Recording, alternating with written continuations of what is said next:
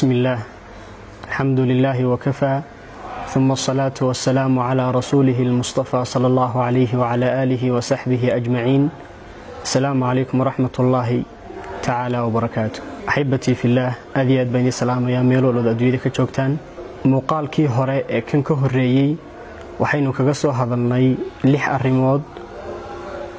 أو قفك مسلم كأه أموتشنيا فإذا أي توبض ولا يضحي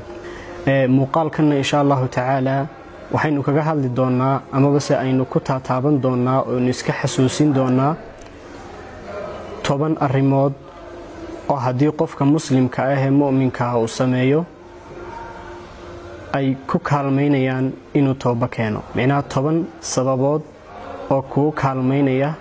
إنه توبة كانت أرنت كوباد وإنه قفكو كرون شيغو oo niyad ahaan ka go'an tahay inuu tooba keeno macnaha inaad si niyad ah u go'an gaadho inaad Rabbi subhanahu wa ta'ala u tooba keento oo ka tooba keento macaasidaada waa arinta koobaad ee ku kaalmeynaysa inaad tooba keento waxay taasi keensanaysaa dhowr arimood oo ay kamid tahay in Rabbi subhanahu wa ta'ala uu ku kaalmeeyo awood ku tooba keento macnaha inuu Rabbi ku jeclaysiiyo oo uu ku yasiro wadadii aad u mari lahayd tooba keenka midda kale Rabbi subhanahu wa ta'ala wuxuu ka leexinayaa oo uu ka jeedinayo oo ka mashquulinayaa dhammaan arin walba oo keensanaysa inaad tooba keeni weydo Rabbi subhanahu wa ta'ala wuxuu ka leexinayaa fuxshiga iyo xumaanta sida la ajligeed buu Rabbi subhanahu wa ta'ala wuxuu kitaabkiisa ku leeyahay markii uu ka waramayay نبي الله يوسف كذلك لنصرف عنه السوء والفحشاء إنه من عبادنا المخلصين أرين طلبات أما صواب طلبات هدي قفك مسلم كاو سمايو كوكالمين يسينو توبة كينا يوحاويا إنو قفك حسابيو نفتيسا هدي مركا نفت هذا حسابيسو ونفت هذا بوغ يقلن أقاضته waxay taasi dhalinaysaa ama bas ay keensanaysaa saddex arimood oo muhiim ah arinta koobaad waxa weeyaan in aad aragto wixii hore ee khayr ahaayee ku dhaafay oo kadib markaad aragto wixii hore khayr ahaayee ku dhaafay midaasina ay dhalinayso inaad u soo cararto halka iyo toobada sidoo kale waxay taasi keensanaysaa inaad ka dheeraato dhammaan wax allaali iyo wixii shar ahaa arinta saddexaad ee ku kaalmeynaysa inaad tooba keento hadii aad sameeyso waxa weeyaan inaad naftaada canaanato oo naftaada xasuusiso oo naftaada ku waaniso inay tahay naftaadu mid dhimanaysa oo naftaada xasuusiso in uu qabri iyo ciqaab alle ka dambayso waxaad naftaada xasuusinaysaa in maalinta qiyaame lagu soo hordhigi doono waxa aad hore u soo shaqaysatay marka naftaada ku waani oo xasuusi oo ku cabsi inay dhimanayso ka baq mawtul faj'ada waxaad ka cabsataa in adiga oo macaasida ku dhex jira Rabbi subhanahu wa ta'ala nafta ka qabto waxaad ka cabsataa adiga oo ku jira wadadii aad macaasida u mari lahayd in ay geeridu ku timaado marka taasi waxay keensanaysaa inaad tooba keento oo ka istaagto macaasidii aad sameeysay inaad ka dheeraato meelaha Rabbi subhanahu wa ta'ala lagu caasinayo inaad ka dheeraato meelaha Rabbi subhanahu wa ta'ala lagu caasinayo waxay keenaysaa inaanad ku dhicin macaasi sida la ajligeed waxaad wada ogtihiin oo ka wada daragsantihiin ninkii dilay 99 qof ee u yimiday ninka caabidka ah ee ku yiri niyo 99 baan dilayay ma leeyahay toobo kadibna uu ninkii ku yiri ma adigo 99 qof dilay toobo meel idin ma soo kala dhaxmarayso macnaha toobo uma dhawid kumana furna isagana uu ku boqoleeyay kadibna uu tagay ninkii caalimka ahaa ee uu ku yiri ninkii caalimka ahaa adiga iyo toobada waxay kala dhaxgali karayaan ma jiraan iskaga tag dhulkan oo tag dhulka halka ku yaala waxa jooga dad Ilaahay subhanahu wa ta'ala caabuda marka qisada waxaan soo qaadanaynaa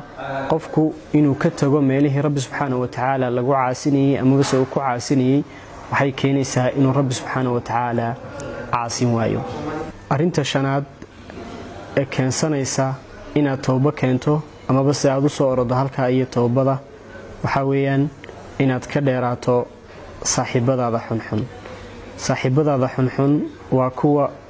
kugu kaalmaynaya ama bas ku xasuusinaya macaasida iyo xumaanta. marka ka dheerow saaxiibkaaga aad ku aragto wax xun ama bas aad og tahay inuu yahay saaxiib xun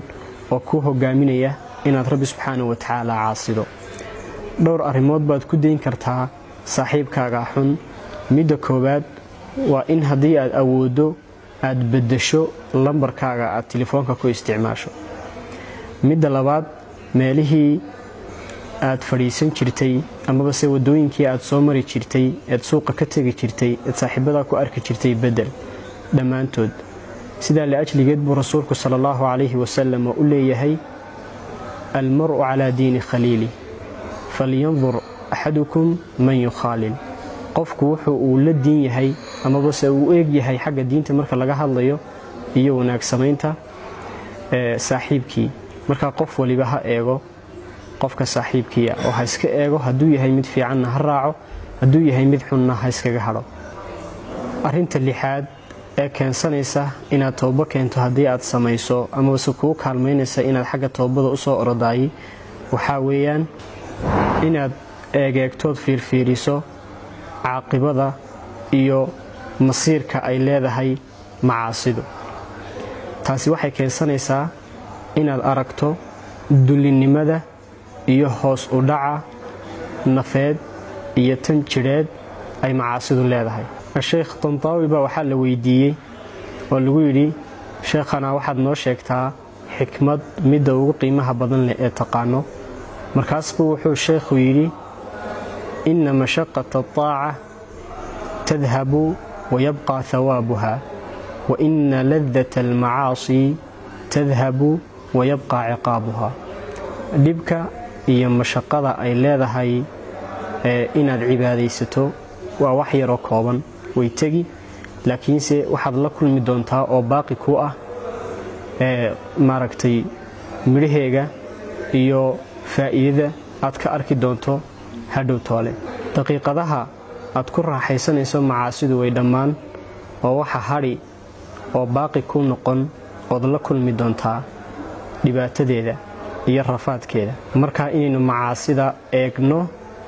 dhibkeeda iyo rafaadkeedu waxay keensanaysaa inaynu ka dheeraano oo aynu iskaga tagno. inaad naftaada tusto weynida iyo Rabbi subxaanahu wa ta'ala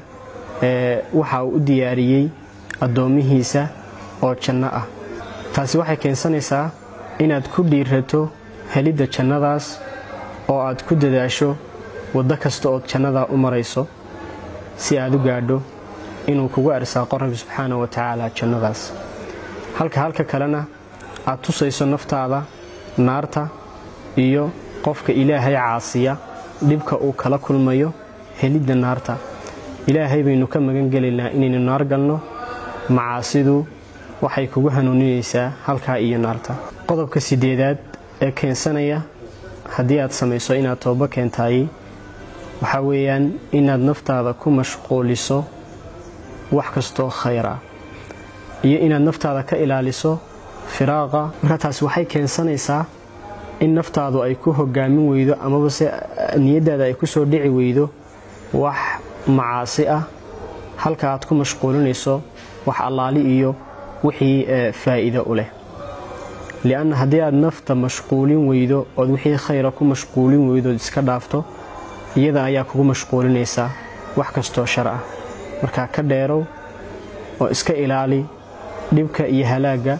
uu firaaqu leeyahay. qodobka 9aad ee haddii qofka muslimka uu sameeyo keensanaya inuu tooba keenayo waxa weeyaan inuu khilaafo hawadiisa iyo shahawaadka ay naftiisu doonayso. hawadu ama bas inuu qofku raaco wax kasta oo jeclaystaay oo naftiisu ku amartaay waa cadawga koobaad ee qofka muslimka ah mu'minka ah leeyahay marka laga yimaado shaydaanka. haddaba haddii aad iska ilaaliso ood naftaada ku caasido wax kastoo ay rabto inaad u samayso waxay keensanaysaa inaad macaasi ku dhici weydo sidaa liajligeed buu rabbi subxaanahu watacaala kitaabkiisa ku leeyahay afara'ayta man ittakhada ilaahahu hawaa qodobkan tobanaad isna waa qodob muhiim ah waxaanu inoo sheegayaa inay jiraan arrimo kale oo kuwaa ka dheeri ah amase kuwaa aan ahayn oo keensanaya haddii uu qofka muslimka ah sameeyo inuu halkaa iyo toobadda u soo laabto arrinta koowaad waxay tahay inuu qofku qur'aanka markuu akhrinayo ku tadabburo arrinta labaadna waa xuska ilaahay qofku inuu ilaahay xuso oo uu carabkiisa ku hayo xuska rabbi iyaduna waa shay muhiim ah midda kale inuu qofku iska ilaaliyo ididiilada dheer ee uu adduunyada ka leeyahayna waxay keensanaysaa inuu qofku arko aakhiro dhowaanteeda oona ku mashquulin ididiilada iyo inuu sameeyo hami iyo hiigsi ilowsiiya inuu dhimanayo inuu qofku xasuusto aakhiro iyo dhimashada oo haddii uu qofku mar kasta niyadda ku hayo inay aakhiro tahay mid dhow oo uu dhimanayo midaasi waxay keensanaysaa inay tahay mid xasuusinaysa nuqsaanta iyo maaragtay taageerida naftiisa ah oo uu u soo laabto rabbi subxaanahu watacaala rabbi subxaanahu watacaala haynagu anfaco hana inaga yeelo kuwo uu ilaahay jeclaysiiyo inay u soo laabtaan oo isoo tooba keenaan insha allah muuqaalkan muuqaalka xiga waxaynu kaga hadli doonaa oo aynu ku qaadaadhigi doonaa shuruudda iyo qaydadka loo dhigay inuu qofka muslimka ah helo toobo saalixa saadiqa ah sii faafi muuqaalka walaalkaana la wadaag wajazaaka allaahu khayra